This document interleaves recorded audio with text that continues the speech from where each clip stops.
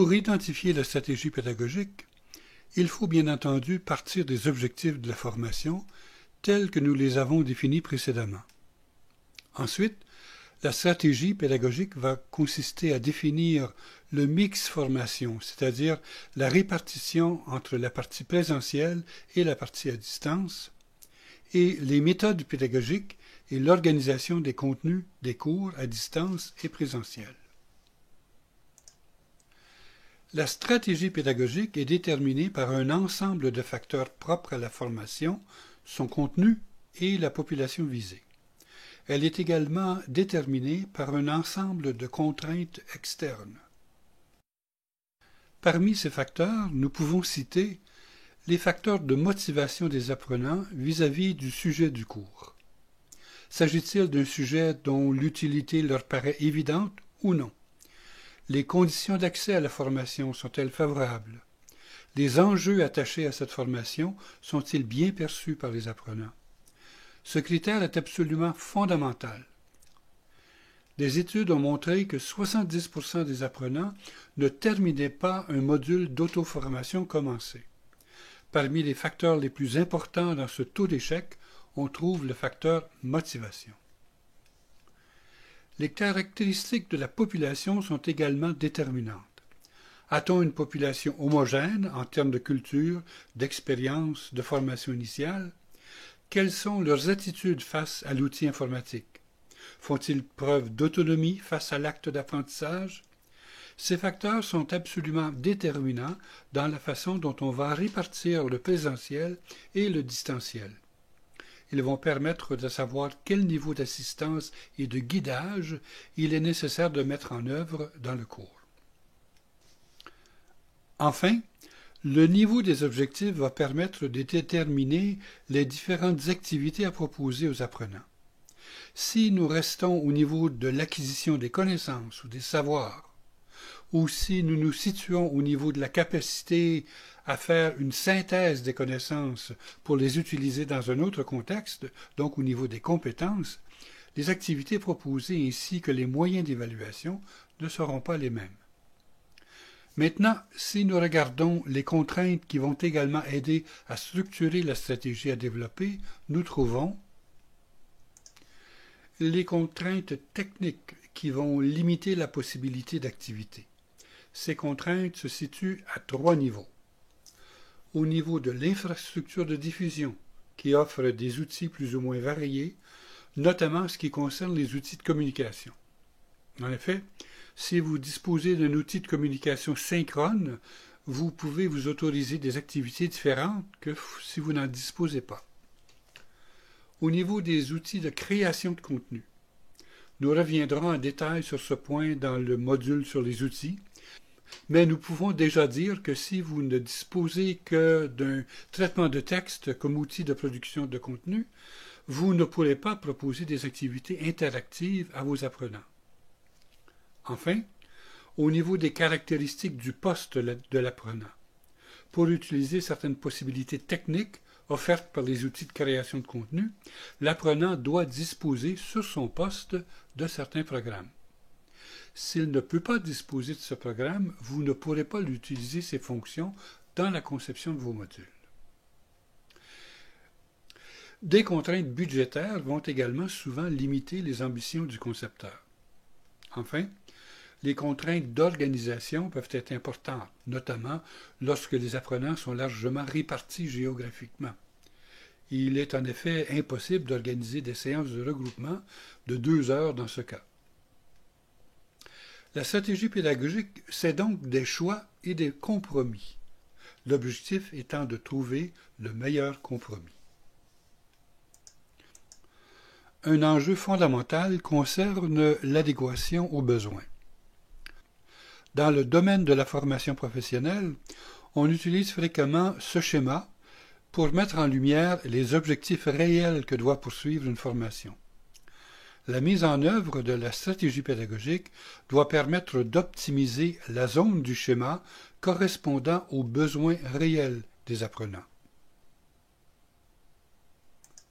Autre enjeu, l'adaptation au style d'apprentissage. La stratégie pédagogique doit également permettre une meilleure adaptation aux différents styles d'apprentissage. C'est un des points forts du e-learning. Cet objectif peut être atteint avec une conception pédagogique adaptée, notamment en granularisant finement les contenus et en structurant astucieusement le parcours de l'apprenant. Toutefois, il se heurte souvent aux contraintes budgétaires. En effet, cela signifie souvent présenter plusieurs activités de types différents pour un même sujet, donc une augmentation des coûts de production des ressources pédagogiques. Voici les résultats d'une enquête menée aux États-Unis en 2003. Cette étude montre que les entreprises s'orientent clairement vers des modèles de formation mixtes appelés blended learning.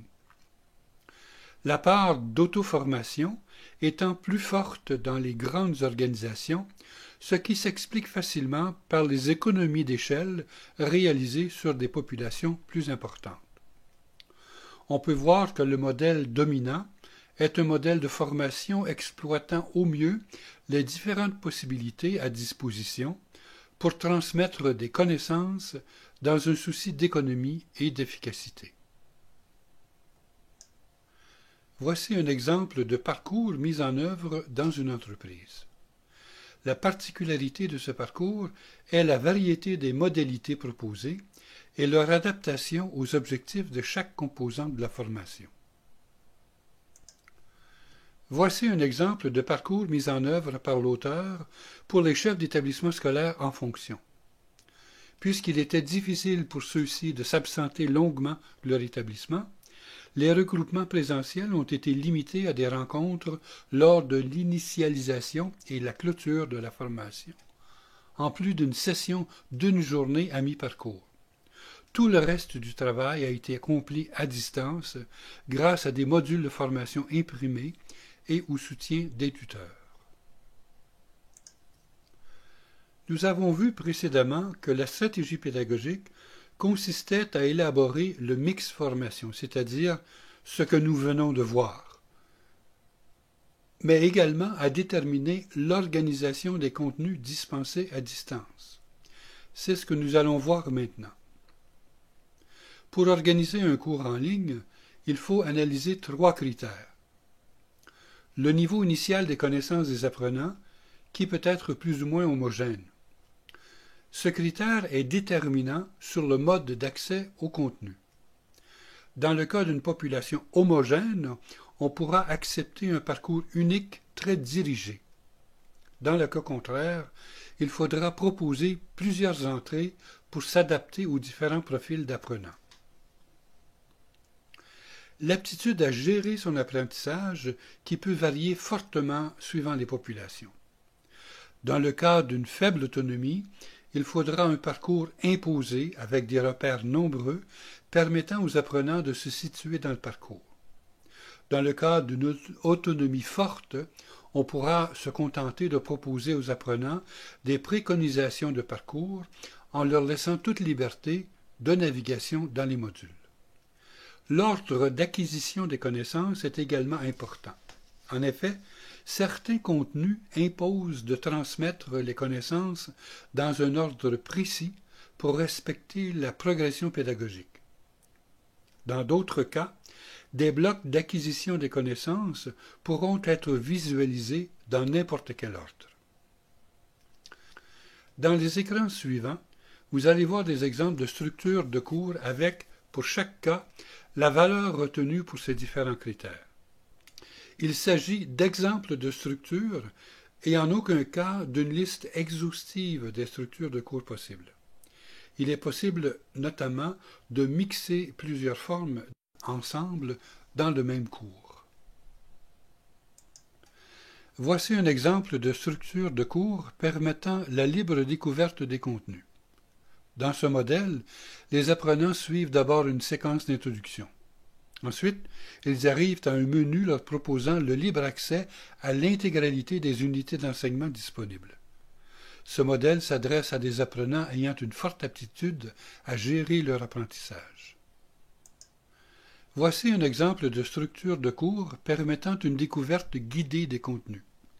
Dans ce modèle, les apprenants débutent leur parcours par une séquence d'introduction. Ils peuvent ensuite passer un test d'autopositionnement qui leur préconisera un parcours personnalisé en fonction de leurs résultats. Les apprenants arrivent ensuite dans un menu leur proposant le libre accès à l'intégralité des unités d'enseignement disponibles. Ce modèle s'adresse à des apprenants ayant une assez forte aptitude à gérer leur apprentissage, car ils doivent s'organiser eux-mêmes à partir des suggestions fournies par le test d'autopositionnement. Voici un modèle de cours dont l'objectif est de permettre à l'apprenant de ne pas suivre certains modules s'il dispose des connaissances suffisantes pour accéder au module suivant.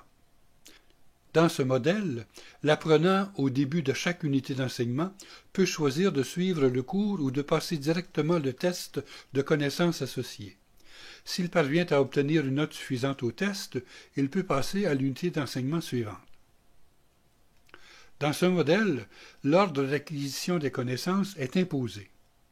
Il s'adapte à des populations relativement hétérogènes, puisque les tests d'acquisition des connaissances se font au fur et à mesure de l'avancement.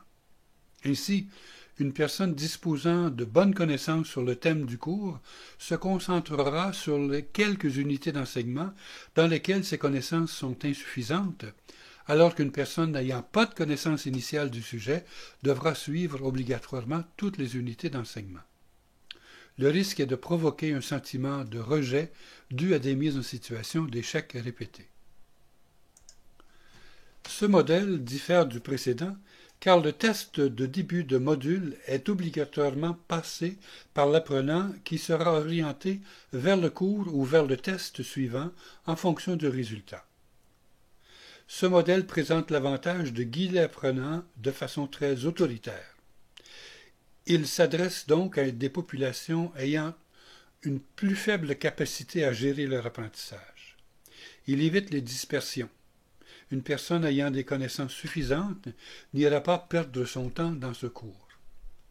Le risque principal est de systématiser un test comportant des questions auxquelles l'apprenant ne sait pas répondre lorsqu'il n'a pas de connaissances sur l'ensemble du thème du cours. Ce modèle classique est adapté à une population homogène n'ayant pas de connaissances initiales sur le thème du cours. On impose aux apprenants de suivre chaque unité d'enseignement du cours, puis de valider leurs connaissances par la réussite du test final de l'unité d'enseignement avant de passer à l'unité suivante. Ce modèle est largement répandu dans la pratique car il correspond au fonctionnement traditionnel des cours présentiels. On peut toutefois noter qu'un des atouts importants de l'e-learning est l'individualisation des parcours. Dans ce cas, ce modèle semble bien peu adapté.